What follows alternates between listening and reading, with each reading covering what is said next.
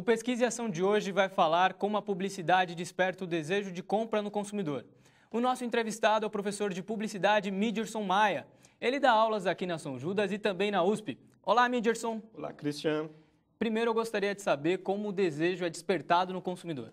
Bom, entender o desejo no consumidor não é uma tarefa fácil.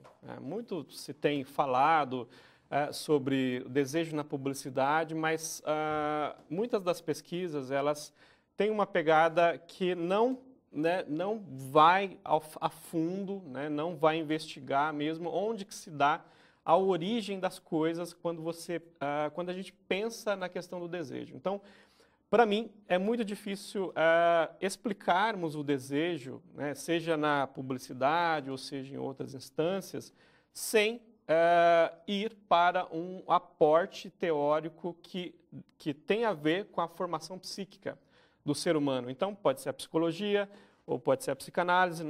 No meu caso, é a psicanálise. Né? Então, por meio a psicanálise, ela te dá uma série de variantes, que permite você entender qual a natureza da formação do desejo, isso tirando publicidade.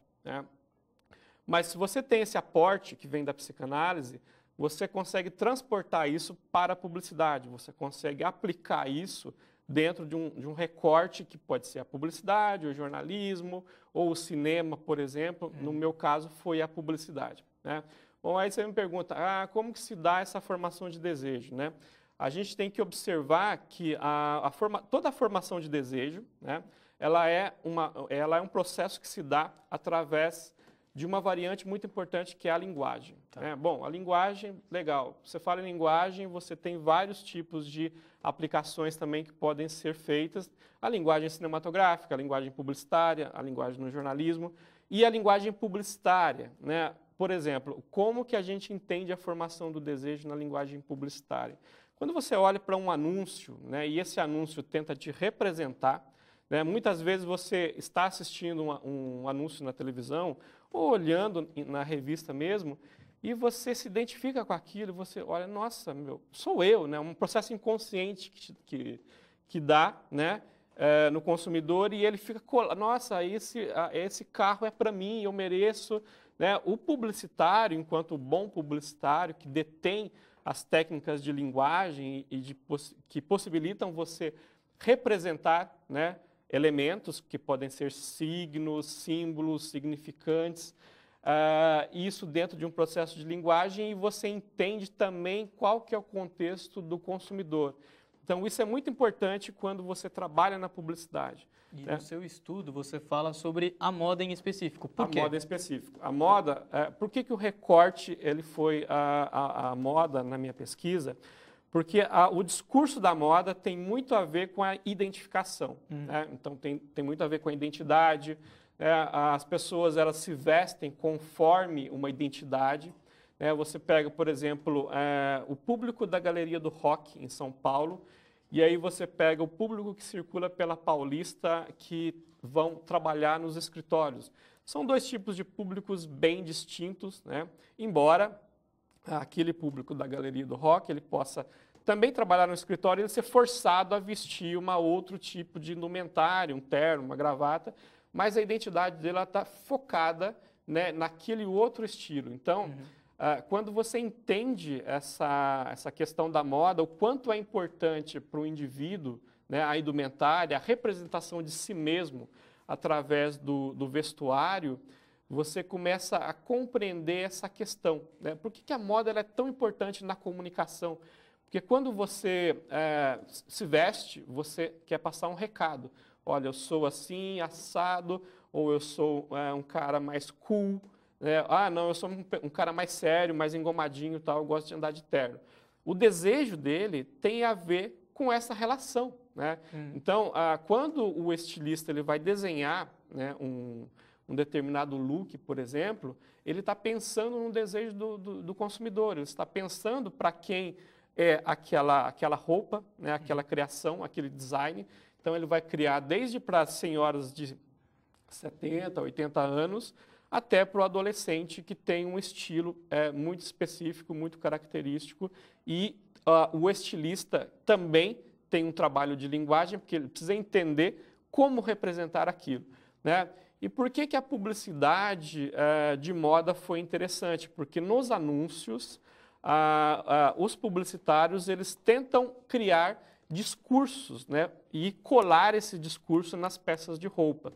Né? Quando ele entende essa relação de discurso, ele consegue projetar para o consumidor alguns elementos, como projeção, por exemplo, ou como, né, estilo de vida, né, valores. Eu sou roqueiro, tenho que usar preto, por exemplo. Né?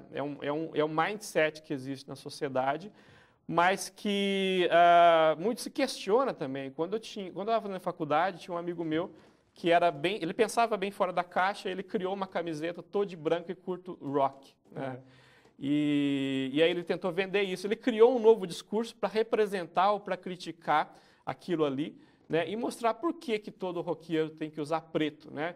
E a publicidade faz isso. Né? Ela tenta criar discursos alternativos, muitas vezes, que te tiram do lugar comum ou mantém o mesmo discurso. Aí vai da técnica ou vai do planejamento da marca para se trabalhar essa questão. Então, a marca ela é um espelho que reflete a identificação do consumidor, ela reflete a imagem do consumidor, mas, ao mesmo tempo, ela fala com o consumidor. Ela é um espelho que fala. Exatamente. Você tocou num ponto muito interessante, Christian, que é a questão do espelho, da representação. Quando eu olho para um espelho, eu estou buscando uma imagem.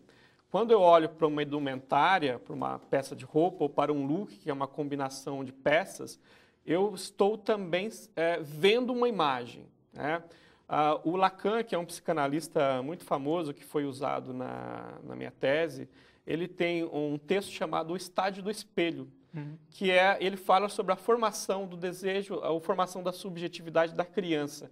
Quando dá 8 meses, mais ou menos, a criança percebe que aquela imagem que está no espelho é dela e ela não é um prolongamento da mãe. Né?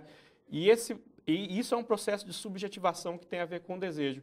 E aí a gente crescemos, né, e continuamos a buscar representações para nossa subjetividade, para o nosso desejo. O ser humano, ele é um ser humano carente de sentido, né, muito carente de sentido, e a publicidade, o jornalismo, a comunicação, o cinema, eles entram nessa lacuna, nessa falta de sentido, tentando entregar para o consumidor, né?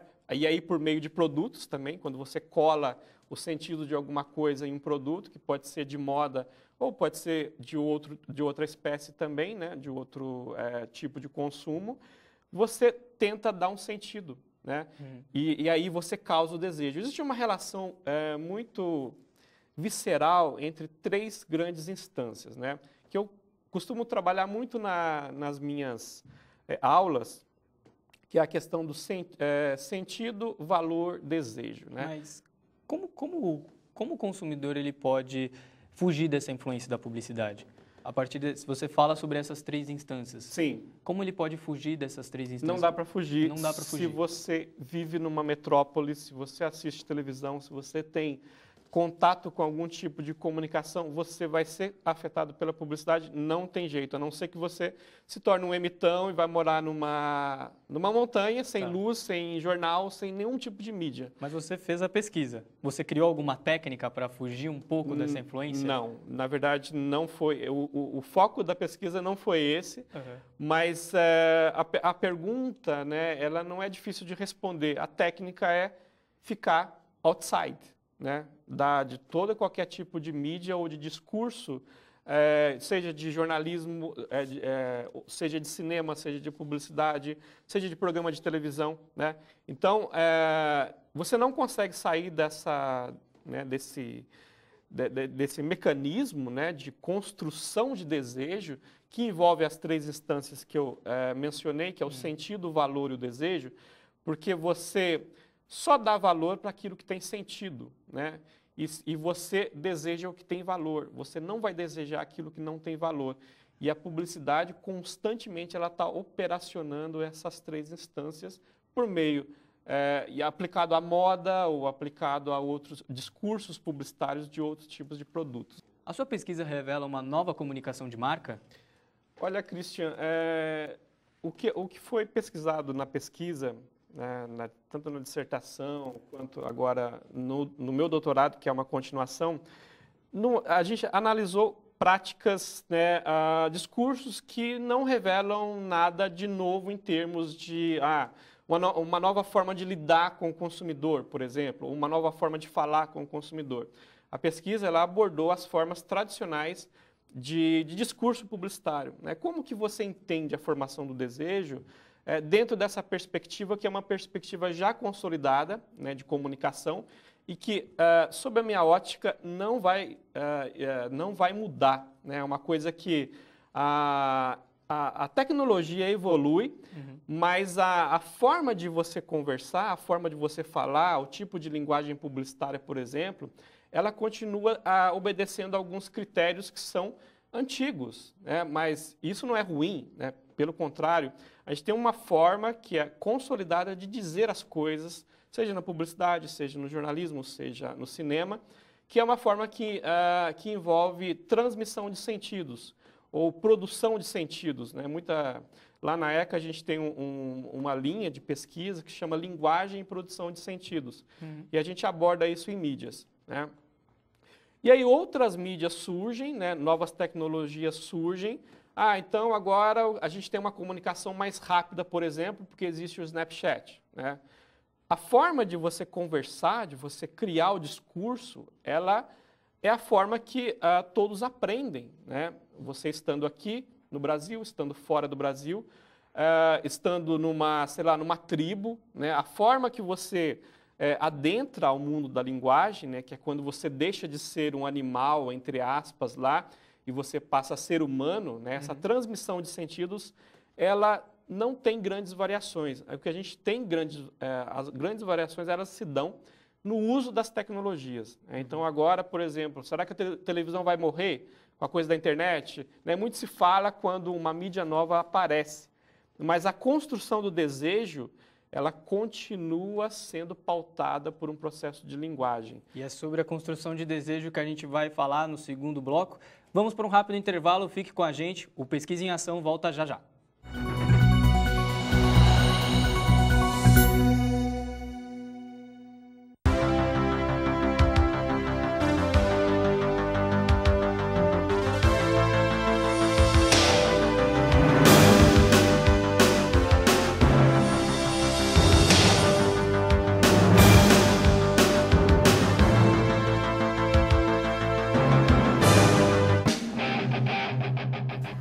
O Antenados discute assuntos que interessam a você, universitário.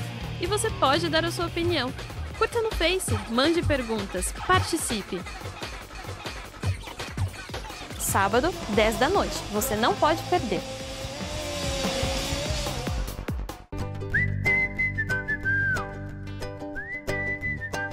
Gosta de pop, rock, MPB? Quer conhecer novos músicos? Então se liga no Caixa de Som.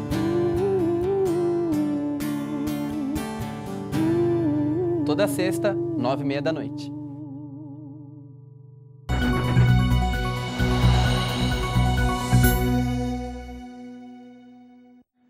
Voltamos e o Pesquisa e Ação de hoje fala como a publicidade desperta o desejo de consumo. Eu recebo aqui o professor Midgerson Maia. Midgerson, eu gostaria que você falasse justamente sobre o nome da sua pesquisa, que é Publicidade, Desejo e Gozo. Isso. Por quê? Na verdade, é Publicidade, Desejo, Gozo, uma leitura psicanalítica da enunciação publicitária no consumo de moda. As pesquisas elas têm esses nomes extensos pra caramba, mas a primeira parte é Publicidade, Desejo e Gozo. A questão, essa palavra que gera às vezes um incômodo ou uma curiosidade maior, depende muito de quem está lendo, que é uma palavra que tem um sentido dentro do senso comum, quando a gente fala com as pessoas na rua tal, as pessoas que não têm um conhecimento acadêmico, ela tem um sentido erótico, né? Pô, já desperta uma atenção, né, também. Na psicanálise, essa palavra gozo, ela tem muito a ver com a satisfação do desejo, né? E não é um desejo exclusivo ao erotismo, ao sexual. Mas a partir do momento em que você adquire um produto, né, que você deseja muito, juntei muito dinheiro para comprar isso, agora eu consegui.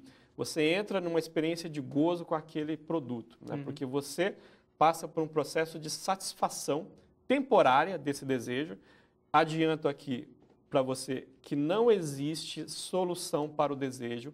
Não adianta, nenhum produto ele vai satisfazer completamente o desejo, e a publicidade e a psicanálise, desculpa, ela prova isso por A mais B, e eu explico isso na tese também, porque se fechar o circuito pulsional, que tem a ver com o gozo e com o desejo, com a satisfação, o resultado é a morte, né? O resultado é o fim do desejo, e se você não tem mais desejo, seja por produtos de consumo, ou seja, o desejo de encontrar um grande amigo, ou o desejo de fazer um outro curso, o desejo de se especializar, o desejo de sair de casa, né? Você está indo para uma direção de morte. Então, deixa eu ver se eu entendi e você me corrija se eu estiver errado. Publicidade, desejo e gozo é como o despertar de um desejo que pode gerar uma satisfação que cria vínculos com a marca. Exatamente. A relação de gozo, ela é a experiência, né? Quando você tem uma experiência de marca através do produto, você tem uma satisfação ou uma não satisfação. Você pode ficar satisfeito ou não. Quando você tem uma experiência de satisfação, uma hora essa satisfação vai acabar. Por exemplo, você compra um carro, né? Qualquer um aqui. A Toyota lançou um outro modelo, ou em moda. A Diesel ou a Louis Vuitton lançou um outro modelo de bolsa, por exemplo, um outro modelo de calça. Então, mas, Midgerson, você não falou de gozo, de satisfação do desejo, mas como assim eles ficam relançando coisas para você desejar de novo? Sim, né? Porque a publicidade ela não mata o desejo, ela é tão, entre aspas, perversa, né? É constante. É constante, ela sempre vai reacender o seu desejo, seja com uma nova peça, seja com uma nova proposta, um novo discurso, né? De repente lança, agora vamos lançar um produto que tem uma pegada de sustentabilidade, por exemplo. Esse sapato aqui é um outro tipo de couro, não é couro animal, né? Um couro, sei lá, sintético. Então faz mais sentido para quem? Faz mais sentido para vegano, por exemplo. Né?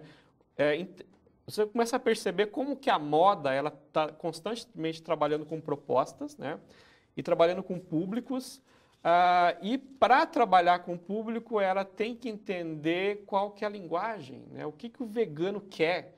O vegano, o sonho dele é ver nenhum animal mais sofrendo, né? Então, se você colhe lá o ovo da galinha, para ele é um sofrimento que você põe a galinha confinada, né? Então, você sabendo desses sentidos, você incorpora isso na moda e você passa na mensagem, olha, gente, temos uma proposta diferenciada, somos uma marca consciente, sustentável, e estamos lançando essa nova coleção completamente sem nenhum... com produtos que são completamente... que não tem nenhum vínculo com nenhum tipo de animal. Você já sentiu o despertar do interesse depois de efetuar uma compra? Do tipo, eu não deveria ter comprado aquilo. Sim. Você pode contar uma experiência? Sim. Até professor cai nisso, né? Até pesquisador cai, para você perceber como que a coisa é inconsciente.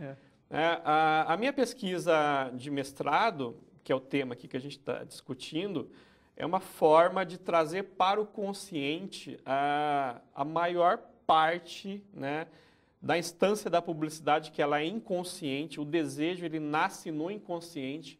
Se você falar para mim, Midgerson, eu sei o que eu quero, eu falo, Christian, você está enganado, você não sabe o que você quer. O que você imagina saber o que você quer é algo que está na cultura, né? As pessoas estão comentando por aí o que é importante ter. É importante ter um Camaro amarelo, outro importante ter uma Mercedes. Eu sei que para mim uma Mercedes é boa, né? Ela vai satisfazer o meu desejo. Se esse desejo não for genuíno seu de fato, ele vai dar vai satisfazer um pouco, mas vai reacender e você vai ficar frustrado. Então a relação entre consumo e necessidade precisa ir além do objeto. Muito, muito além do objeto.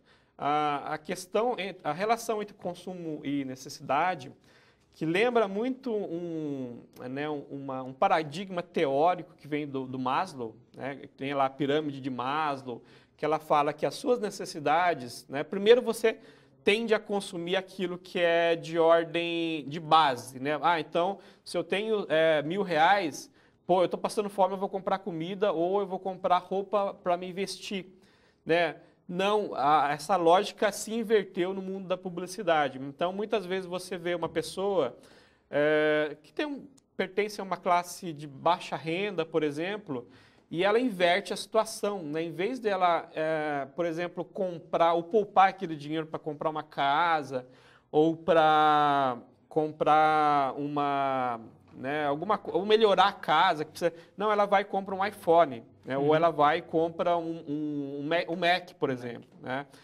Isso é errado? Não, não vamos julgar essa pessoa, né? Isso serve para a gente entender como que a publicidade ela opera num nível inconsciente. Eu acho que esse é um ponto-chave. Eu acho que deve ser o que te interessou no tema. Sim, claro, sim. Entender essa inconscientização, na verdade, nós não sabemos, a maioria das pessoas não sabem que aquele produto que está oferecendo pela publicidade não necessariamente tem a ver com ela. Né? E aí você me perguntou a questão de cair em compras compulsivas, por exemplo. Cai, né? Se você não ficar constantemente se policiando, você cai. Né? E você acaba comprando coisas que não precisa. E como que você melhora essa coisa? Você me perguntou bastante da questão, Midgerson, mas como fugir da publicidade ou como fugir da persuasão publicitária? Primeiro você tem que entender quem é você, Christian, ou o telespectador, falando com o telespectador, cada um precisa entender quem é você, né? A partir do momento que você consegue explicar quem é você, você vai saber sobre o seu desejo, né? E você vai entender que muitas coisas que as pessoas valorizam, para você, elas não precisam, você não precisa daquilo, né? Então, e esse exercício, é fácil, não é fácil. Eu estava conversando com você antes do programa e eu falei que você só aprende muito sobre essas coisas deitando no divã. Então, você precisa fazer eu já fiz 15 anos de análise com psicanalistas deitando no divã. E hoje eu posso dizer de forma muito tranquila que hoje eu tenho uma aproximação com o meu real desejo genuíno muito mais próxima do que antes. Porque antes eu ficava muito na superficialidade, né? Eu ouvia e lia na publicidade e eu comprava aquele discurso, nossa, eu preciso disso. Eu preciso, nem que eu passe fome, eu vou comprar esse produto, né? Porque você se identifica muito com as imagens, né? O que é com determinado produto, qual a imagem que esse determinado produto te passa para o outro, né? O Lacan, ele diz que o nosso desejo é o desejo do outro. A gente começa a complicar aqui. Mas o que isso quer dizer? Que tudo que nós queremos, né, ou na maioria das vezes, nós queremos ou nós fazemos porque nós queremos um reconhecimento dessa outra pessoa, seja ela um namorado, uma esposa, um amigo ou um círculo de amigos que você precisa passar uma imagem, né? Exemplo, você sai na balada e você quer conquistar uma namorada, né, ou um parceiro, e você... O que as pessoas fazem, né, quando vão para a balada? Elas se produzem, pegam uma roupa da moda, né, uma roupa que tem valor, olha só a relação de sentido, valor do momento, e elas vestem, chegam lá, né, ou tiram um iPhone, né, um iPhone e tal, pegam uma Stella Artois, que tem uma carga, por exemplo, de significação muito forte. Esse conjunto de coisas, eles têm uma função de te representar para o social, né? Então, o desejo está dentro disso, né? Quando você deseja ter essas coisas, tem uma relação muito próxima com a projeção que você quer fazer. Qual a contribuição da sua pesquisa? É uma contribuição, essa pesquisa eu vejo como uma contribuição muito forte, mas seria muito pretensioso da minha parte eu dizer que a minha pesquisa mudou o mundo. Na verdade, ela é uma pequena, pontual contribuição que vai possibilitar novos desdobramentos para um outro pesquisador que pega um pesquisador do jornalismo ou da publicidade, que gosta de psicanálise, gosta de entender essa questão do desejo. Ele pega essa pesquisa como uma fonte e ele cria um novo desdobramento. E aí você tem um conjunto enorme de pesquisas que começam a caminhar por uma determinada vertente, né? pode ser que talvez eu consiga inaugurar um campo de pesquisa diferenciado, mas ainda não, ela é muito nova, foi defendida em 2012, né? Ela está no teses.usp.br, quem tiver interesse pode baixar lá. Mas é uma contribuição, na verdade é uma contribuição muito boa, inovadora na publicidade, porque não existem ainda, são poucos os estudos científicos que vão a fundo na psicanálise, nessa aventura.